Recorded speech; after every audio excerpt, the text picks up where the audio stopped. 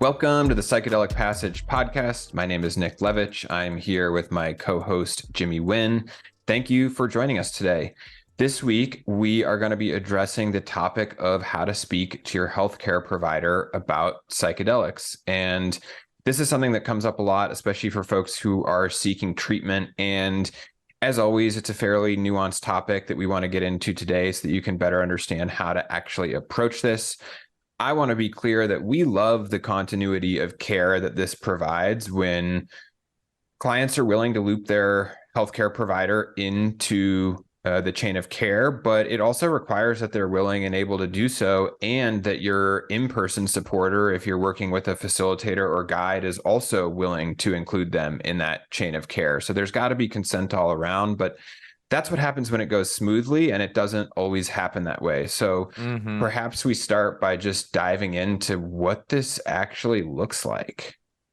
Yeah, it's actually a really short episode. Just talk to your healthcare provider. The end. You're good to go. I mean, that's like the first decision that people have to make, right? Do I even need to talk to my healthcare provider about this? And I think that there's a percentage of the population who may not. And then for folks, there's definitely a large portion that doesn't.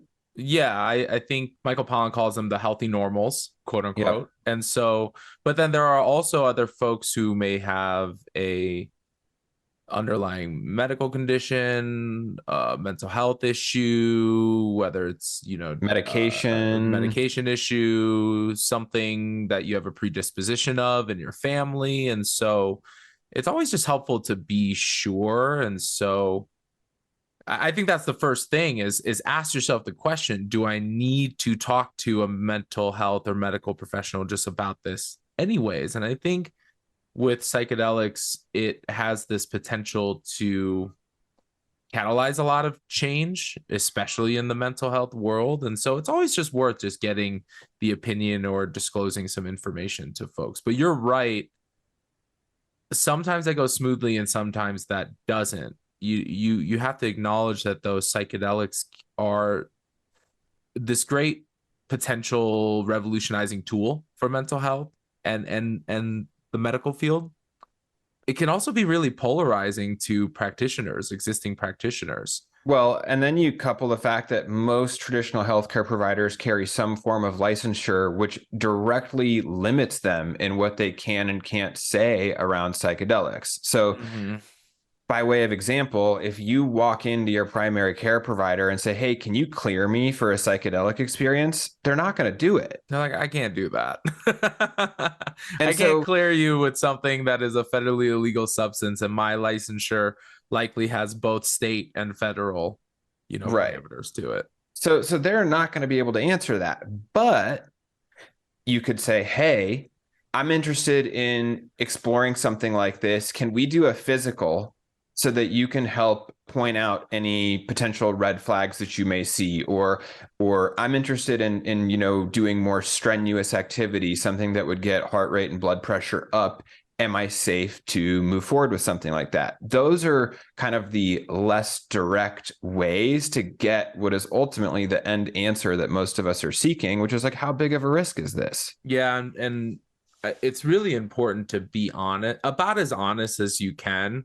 But also, I just recognize that your privacy and sovereignty are really important here. And so if you feel like your honesty would cause your medical provider or mental health provider to treat you differently, where your care is different, then I would say that's a situation where you want to use a little discretion. Let's say you have a very traditional medical provider who, for some reason, politically is against psychedelics and drug use, and no matter how well they try to create barriers around their personal opinion versus their professional service, those things blend sometimes. And so we see all the time marginalized populations, folks who are on the fringes of society, just get different care from service providers depending on a condition or substance use or whatnot. And so you have to be really thoughtful of that too. So I just want to highlight that to folks, that though we do think that being honest and providing as much context and information as you can is important so that the provider has the full picture. We just know that that's not possible all the time. Yeah. And this is where Nick's advice comes in there. And it's also worth acknowledging that there's going to be a really big difference in how your primary care physician approaches questions around psychedelics versus how a mental health professional like a psychotherapist would answer those questions. Because even within mental health, like psychiatrist would be different than a psychotherapist, would be different than a therapist, would be different from maybe a counselor. So even within that, it's going to range. Right.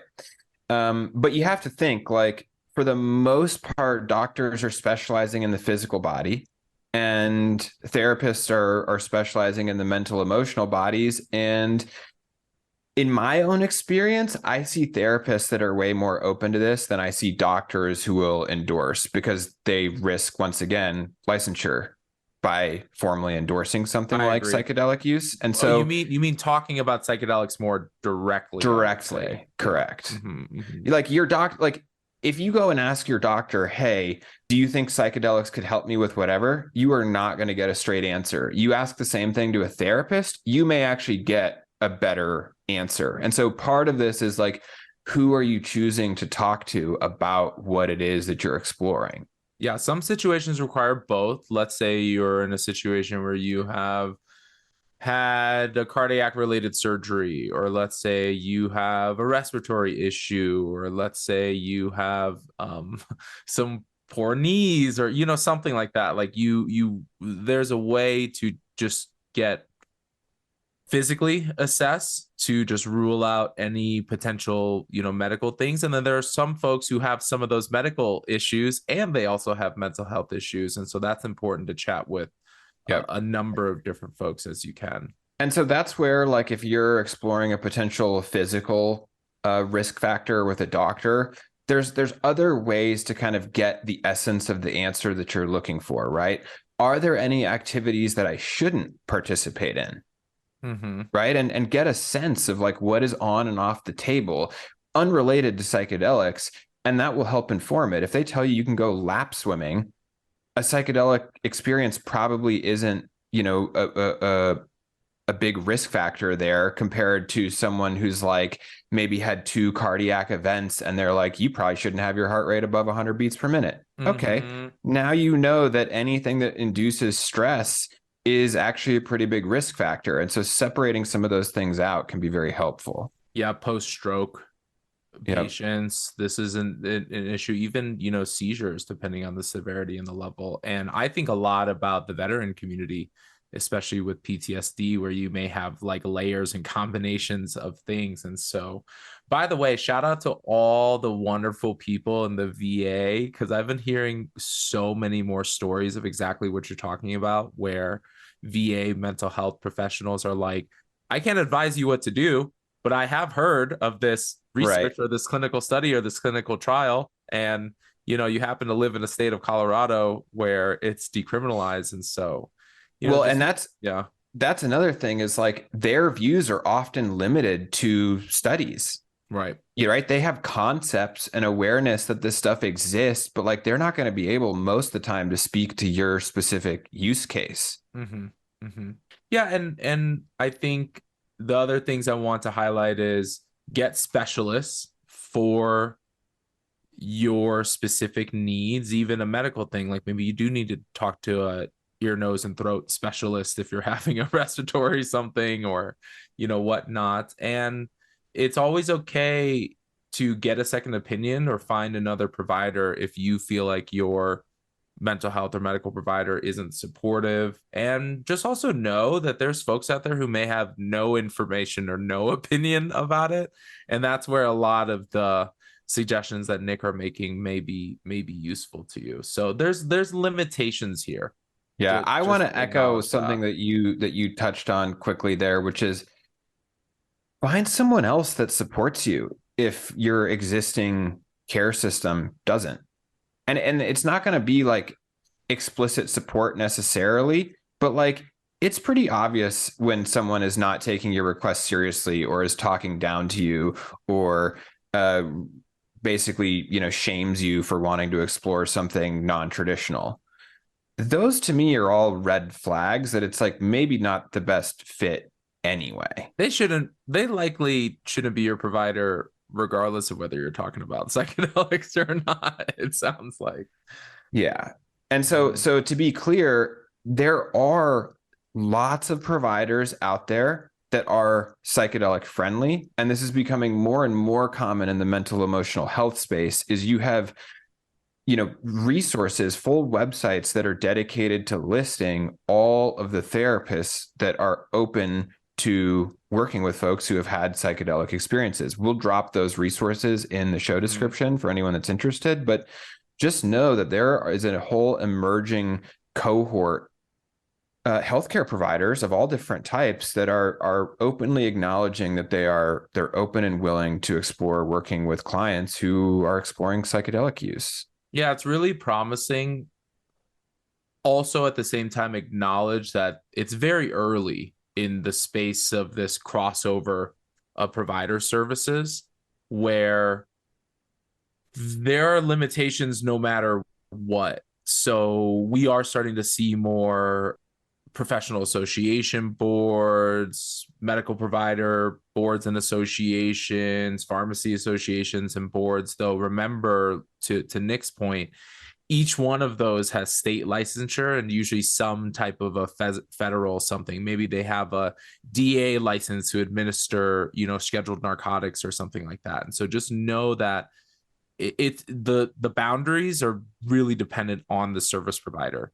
So you may have a service provider who's like, I think psychedelics are helpful, but I really can't directly help and support you, in this. Or you may have somebody who's like, I don't know a lot about this, but I'm happy to be a part of your support team if you also have your own psychedelic oriented professional or facilitator. And this is what Nick is talking about continuity of care. I say other terms like realms of care or letting specialists do their specialty. So if you have a psychedelic facilitator or professional that you're working with, that can actually take a lot of pressure off of the medical professional or mental health professional, because they're like, oh, somebody's handling this harm reduction and service side. Now I can focus on my mental health side. The medical professional can focus on that. There's also probably a world in certain states where therapists and mental health professionals may provide underground services, but just know that that's up to your own risk tolerance, especially if these people are also providing and administering substances. So you just got to be thoughtful around what's right for you and within your risk and your needs as well. Yeah. And so I think that the providers that are the most open to engage in a discussion like this and to form this like chain of care so that you feel like there's always someone that's got your back is often going to be a mental health professional. So like if you've already got a therapist that you're working with and you want to keep working with them, what I always advise is to let them know that you're moving towards or exploring a potential psychedelic experience and gauge their willingness and ability to support you. Because one of the challenges that I do see from time to time is someone has a therapist they've been working with for a while. They like them, they've got a good relationship, but they have no experience with altered states of consciousness or psychedelics. It's not that they don't support you doing it, but like they're not going to be able to help in the integration because they have no frame of reference for what you just went through. Yeah, I'll give you a really great example. And to your point, this isn't because they don't mean well. It's really just a limitation of knowledge and context. So if you are, let's say, working with the more traditional talk therapist, even if they are willing to support you through their experience, you may then only be relegated to talk therapy in your integration process. So, I have a client who's going through exactly this. They're on their fourth or fifth ceremony. We've been doing work for years. They found a mental health professional who basically plays as their, call it, offensive coordinator in all things mental health.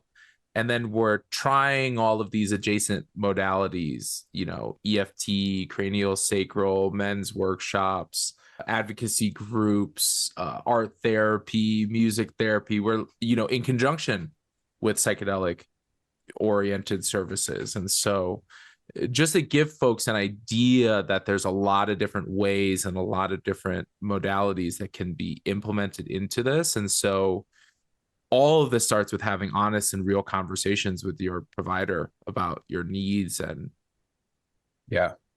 your care, really.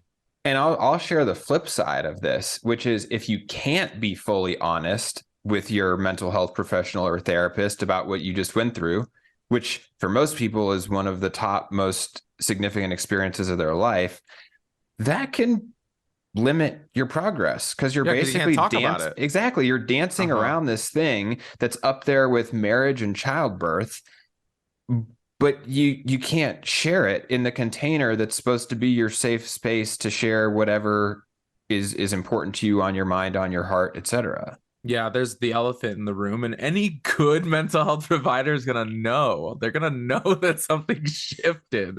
They're like, you're showing up different to these things, whether for better or for worse, because look, you may have a very positive outcome, and that can fuel a lot of content for your normal therapy. Or you may actually need that therapist support if you're going through a challenging, difficult landing or through really, really tough integration, which you and I have been through both of those. Well, and so I want to touch on this for a second, because a lot of times a spiritual emergence or emergency, if not handled by someone who understands what that is in relation to a psychedelic event catalyzing it, they'll take you to the loony bin. I mean, it sounds crazy. It sounds extreme, but like we don't have a lot of frameworks to use in the Western world when folks are going through these really destabilizing integration experiences.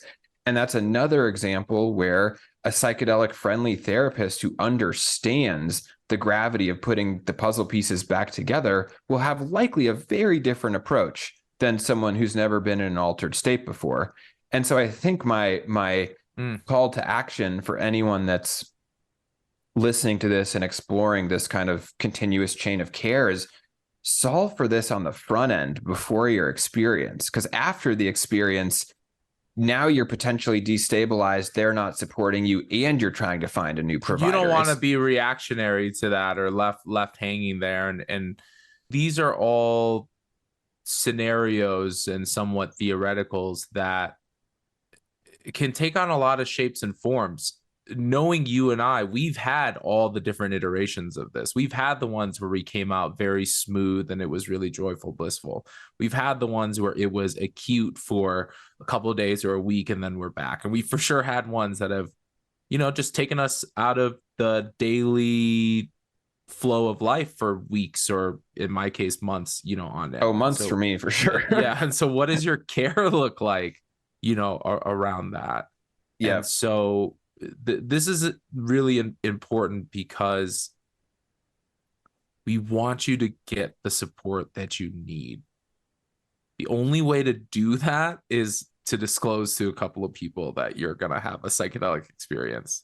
Yeah. And you touch on this a lot, which is also be clear on the type of support that you need, right? Do you need your primary care physician involved in your integration? Probably not. But do you need your, mental, emotional supporter, whether it's a coach, therapist, or otherwise? They should probably be aware it's going to drastically impact the work that you two do together.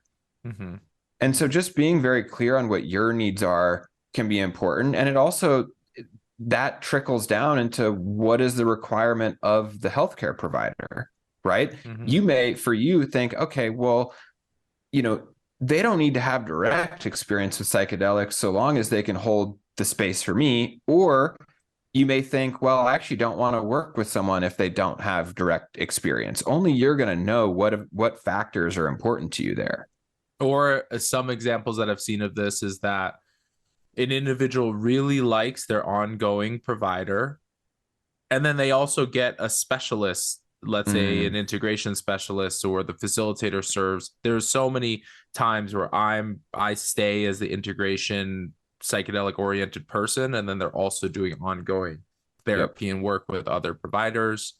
So that's an option that can be seasonal. You may just need that for a little period of time, then you may be back to therapy. Or What I see more commonly is the psychedelic experience can catalyze your process in a way that you then identify a new specialist or provider or something that you need. And then that's where it gets really cool to feel like, oh, I have a couple of people advising me on, okay, what things should I try or what things should I Yep. explore and experiment? Because if you're open to trying an alternative, that's the way that our modern society sees it in psychedelics. That opens up a whole world of a lot of different types of care to you, and Yep. you get to decide, which is really really cool. Yep. One of the other things that I think people most often go to their healthcare provider around as they're preparing for a psychedelic experience is their medication. And this is another one of those interesting ones because most likely the psychedelic professional that you're working with, whether it's facilitator, guide, trip sitter, et cetera, they're not going to they're going to weigh in on what are risk factors as far as medications, but ultimately how you choose to taper and if you choose to taper is going to be entirely up to you and the prescribing doctor. And so it's important because I think this is one of the places where folks have some of the most questions. And so it's important to understand what your prescribing doctor can advise on and what they can't. And so you also have to be your advocate here because there's a lot of doctors who, quite frankly, are better at prescribing the medicine than they are at helping folks taper. And when a patient comes in and says, "Hey, I want to taper," their first question is going to be why. Mm-hmm. And so this is one of those ones where I think maybe we can give some practical guidance on how to approach. Yeah, I'll follow up with what you just said about tapering protocols, and then let me back up also to something important that you said. But around tapering protocols, usually there are parameters and guidelines, but unless you are working with a specialist, you likely won't get the hands-on week to week adjustment in a tapering protocol that's specialized for you. And we're talking about tapering protocols that can range for weeks and months. Like there are some medications that say, 2 to 3 weeks on the general advisement if you're looking at a tapering protocol. And there are folks who need to wean off for 6 months. And so it's very, very dependent on the individual. Luckily, there are some specialists and consultants, providers that I'm starting to see more in this space. But to back up to something that you said earlier, and I think you're really talking about the delineation of the responsibility of the facilitator versus the responsibility of healthcare providers versus your own responsibility for Right. It's yourself. a trifecta. For sure. So the facilitator, even if they have a medical background, likely in the context of providing you psychedelic services as it stands in the legal landscape today, can't give you medical advice until licensure happens at a state level or federal level around psychedelic. Even then, it's Yeah, unclear if then they're it's going to. unclear. Then you might have an MD or a medical director or something, but just know that as it stands today, probably for the next couple of years, a facilitator likely shouldn't be giving you medical advice. Now they can have their own boundaries. They might say, hey, based on my experience, I only work with clients who taper. Or you might find facilitators out there who work with the whole range of statuses And to be around clear, like medication. in our network, we've got both. Mm-hmm. Mm-hmm. We've got some So facilitators who will work with folks who are on SSRIs, others who won't. There's also other medications where they may ask you, they may have a boundary around sedating use in the 24 hours leading up to journey or 7 days before. And so the facilitator has a right and should, if they're properly trained, have boundaries around how they approach medication. yeah, this is what's within my scope and what's Right. not, Right. essentially. Then it's left up to you to then figure out what works for you. So if you have a facilitator or a service provider who's like, I only work with folks who taper, that's still your sovereign decision on whether you taper on and off of meds. So that either means you find a psychedelic service provider that can meet that specific need, or you're talking to a professional, mental health professional, medical professional about tapering. And so there's so much that goes into this, your own standard of living or living condition, quality of life, your own current stability, your own relationship with medications. You can start to see really quickly that nobody can answer these questions but you should get the advisement to know, okay, if I do taper, what would that look like? How long would that take? What are the potential side effects? Is this something that I can try for a little bit? And then what if I decide to stay on this medication? How does that affect my mental health and all of this stuff? And so it's worth exploring, and you can see how these honest conversations are helpful. But at the end of the day, you're the one that decides. And so I've had plenty of people who are like, you know what? I can see the value of tapering. I'm investing all of this time, energy, money into an experience. I want to go into the experience having the best chance of an altered state of consciousness. But I also feel right now like my medication's working really well, and I just want to like stay here. And that's amazing. And then maybe they try microdosing, maybe they revisit psychedelics in a year or something like that. But all of this is under advisement from your care team, to like talk through that stuff.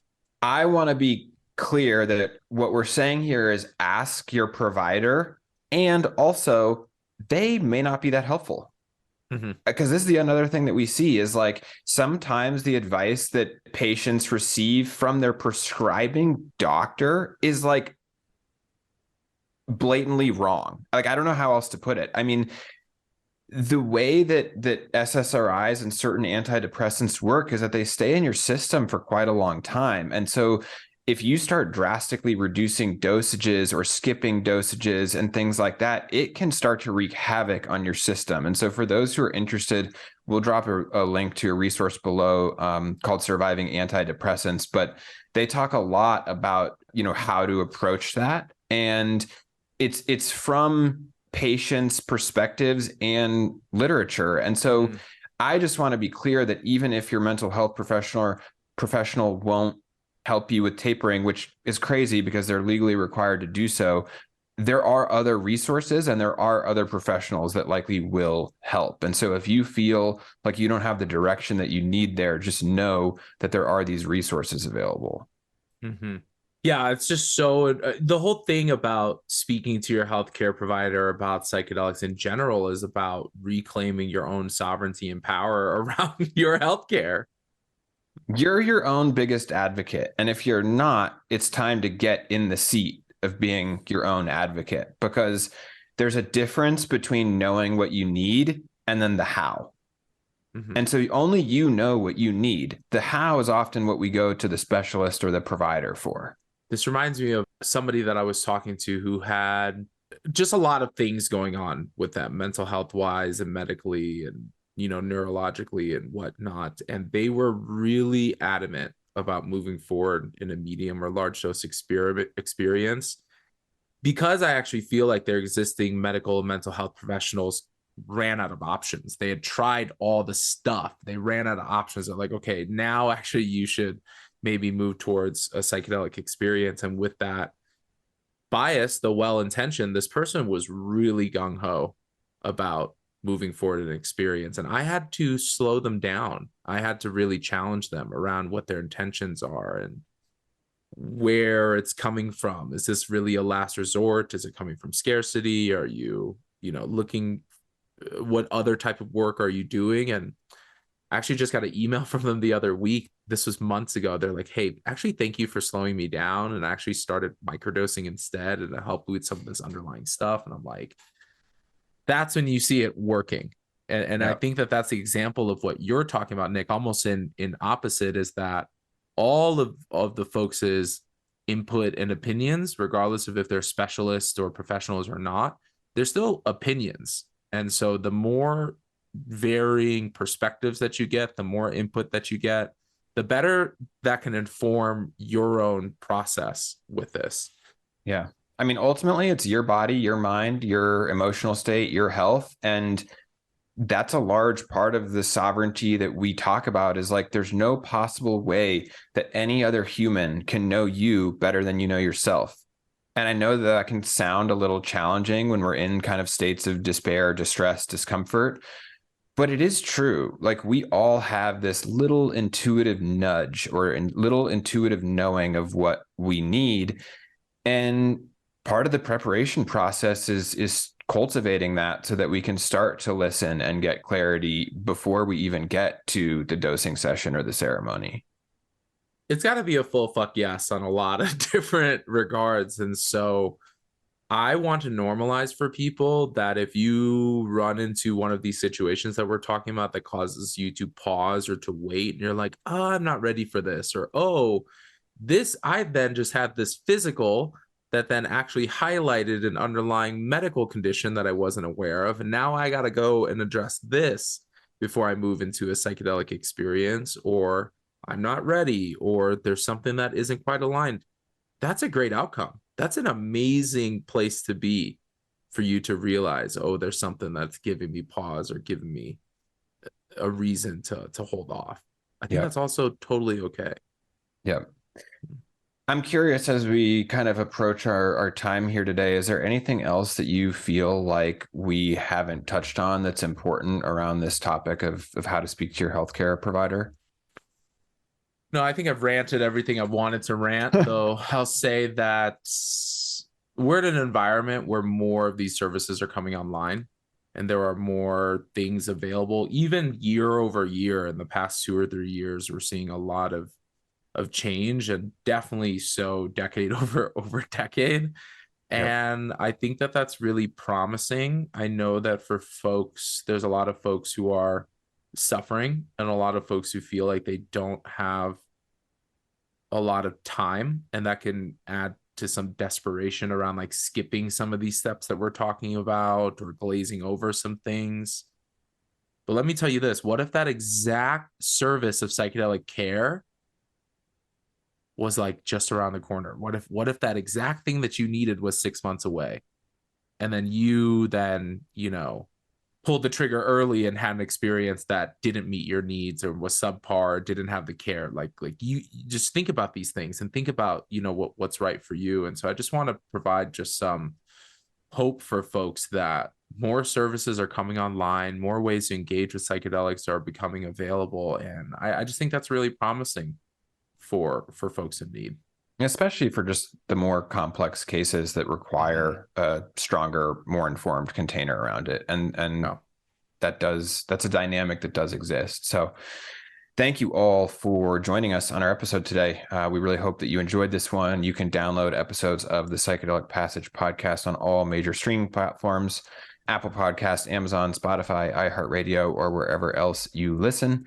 If you like the show, please rate and review us. If there's anything that you want us to chat about that we haven't already, please send us an email. And we look forward to joining you guys next week.